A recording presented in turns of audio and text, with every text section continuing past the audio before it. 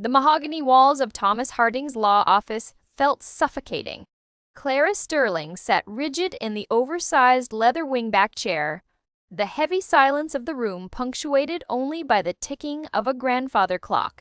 It had been exactly 14 days since her older sister, Beatrice, died in a sudden, violent car crash on a rain-slicked stretch of Route 86. The police called it a tragic accident. Clara, knowing her sister's meticulous driving habits, called it impossible. "I know this is a difficult time, Clara," Thomas said, his voice a practiced murmur of professional sympathy. He adjusted his half-moon spectacles and pushed a thick manila folder across the polished desk. But Beatrice's affairs were complex. She left everything to you, as expected. The brownstone in Boston, the investment portfolios. But there is one asset you're unaware of. Clara frowned, wiping a stray tear from her cheek. Bea and I shared everything. There were no secrets between us. Apparently there was one, Thomas replied gently. He opened the folder to reveal a yellowed property deed. She was the sole owner of a secluded property in the Adirondacks near Osgood Pond.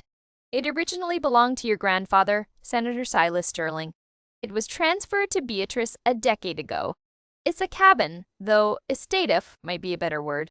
And according to her strict instructions, you are to go there immediately. Clara stared at the deed. Senator Silas Sterling had been a titan of New York politics in the 1960s, a man of wealth, power, and an impeccable public image. He had died 20 years ago, leaving behind a legacy of public parks and whispered rumors of ruthlessness. Why had Bea kept a property of his hidden? 2 days later, Clara was gripping the steering wheel of her Subaru, navigating the winding, heavily forested roads of upstate New York. The property was entirely swallowed by nature.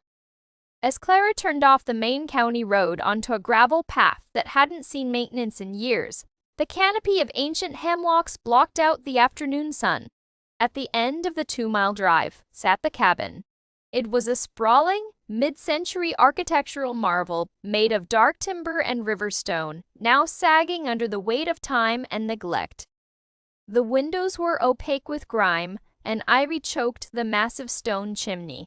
Stepping onto the rotting porch, Clara felt a profound sense of isolation.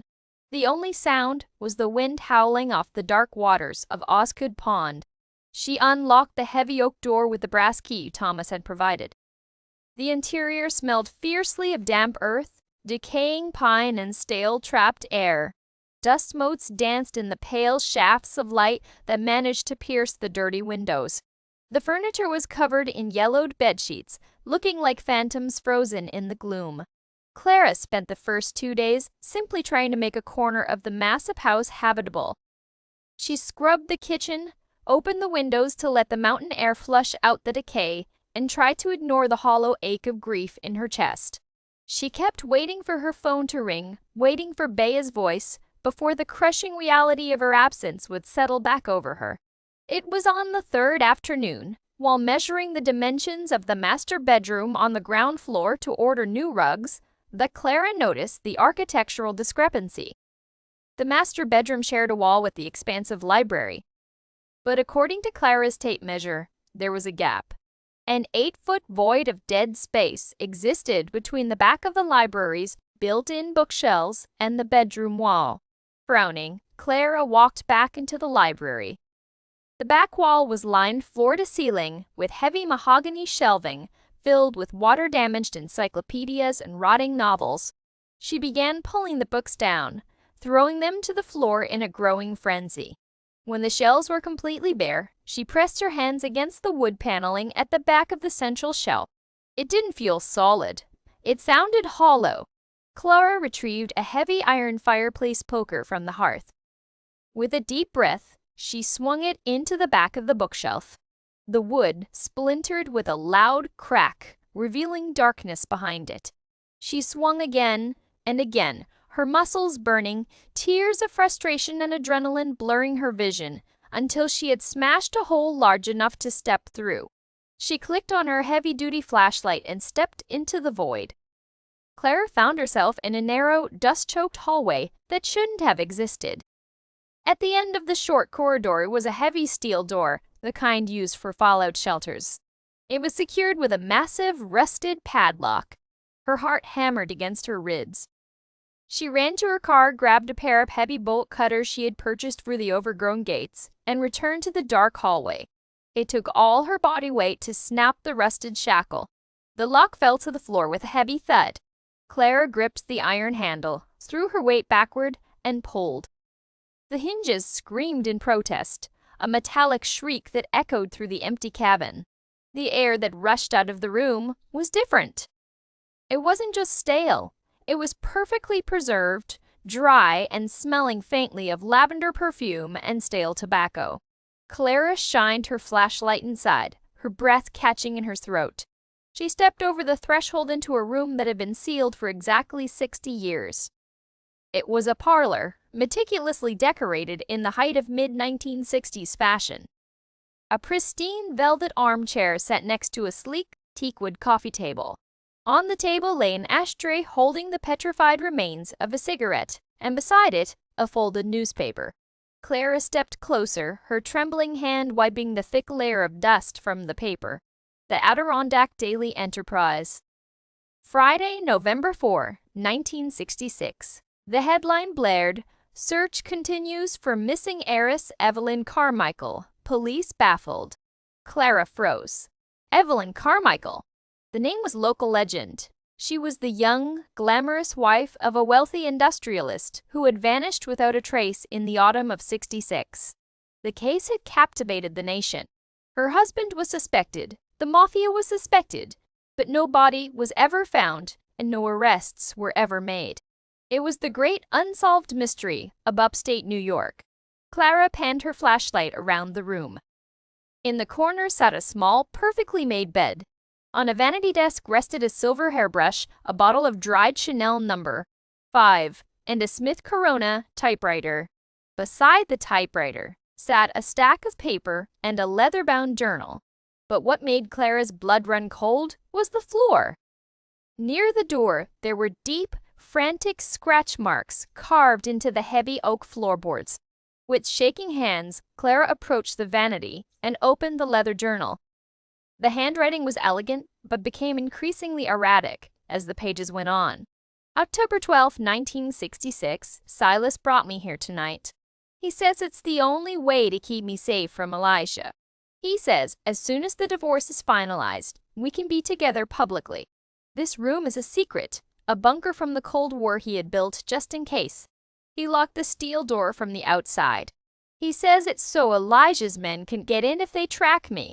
I trust him. I love him. Clara gasped. Silas! Her grandfather. She turned the pages, the entries jumping days, then weeks. October 28, 1966. It has been 6 days since Silas brought me food. The water from the jug is running low. It's so cold in here. I scream, but the walls are too thick. Did Elijah find him? Is Silas hurt? God, please let him come back. The dark is making me see things. November 2nd, 1966. I broke a fingernail trying to pry the hinges off the steel door. It's no use. I am a ghost in a tomb. I realize now, Silas isn't coming back. The scandal of Elijah finding out about us would ruin Silas' upcoming Senate run. I am a liability. It is easier for me to simply vanish. He locked me in here to die. He has buried me alive. Clara dropped the journal, stumbling backward, her hand flying to her mouth to stifle a scream. Her grandfather, the beloved senator, the man whose name was on hospitals and libraries, was a murderer. He had locked his pregnant mistress, Clara, noticed the mention of a missed cycle in an earlier entry in a soundproof room, and simply walked away to protect his political career. But the horror didn't end there. Clara noticed a second book sitting beneath the journal. It was a modern, spiral-bound notebook. She recognized the handwriting instantly. The sharp, precise cursive belonged to her sister Beatrice. Clara opened the notebook. It was dated August 14, 2016, exactly 10 years ago. I found it.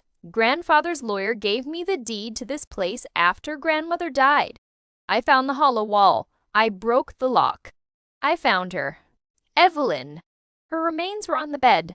I had to pay a private medical disposal crew a fortune in cash to quietly remove the bones. I told them it was an anatomical skeleton left by an eccentric doctor. They didn't ask questions. Clara's tears fell freely now, splashing onto the ink.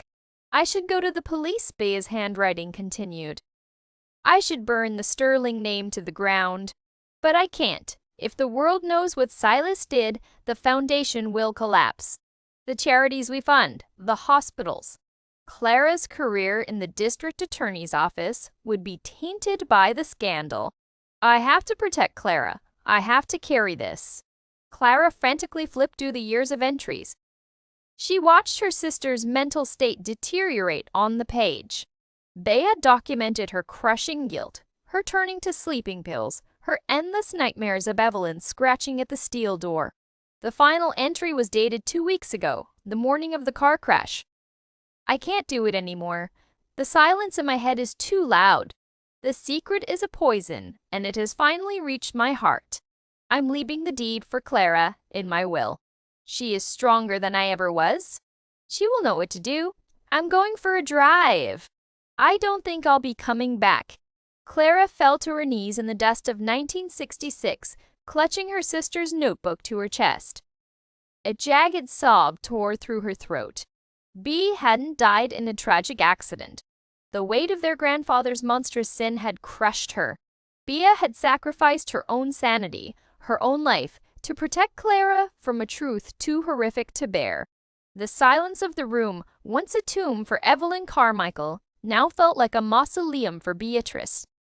Clara stayed on the floor for a long time, letting the 60-year-old dust settle around her. When she finally stood, her grief had crystallized into a cold, unbreakable resolve. Her grandfather had built an empire on a foundation of bones, and her sister had died trying to hold up the pillars. Clara walked out of the sealed room, her boots crunching over the splintered wood of the bookcase. She walked out to the rotting porch, pulled her cell phone from her pocket, and dialed a number she knew by heart from her days at the prosecutor's office. New York State Police, Major Crimes, a gruff voice answered. "This is Clara Sterling," she said, her voice steady, carrying the chilling breeze of the Adirondacks over the line. "I need Detective Robert Hughes. Tell him I've just solved the Evelyn Carmichael case. And tell him to bring a forensic team to Osgood Pond." By the following week, the name Silas Sterling was being stripped from the facades of libraries and municipal buildings across the state. The media storm was unprecedented, a chaotic whirlwind of scandal and historical reckoning. Clara handed over the journals, the letters, and the timeline, standing unflinching before the barrage of cameras. She lost the pristine family legacy, just as Bea had feared. But as Clara stood by the edge of the pond, watching the state investigators tape off the rotting cabin, she finally felt something that had eluded her since the day her sister died. Peace. The monster's secret was out in the light, and Bea was finally free.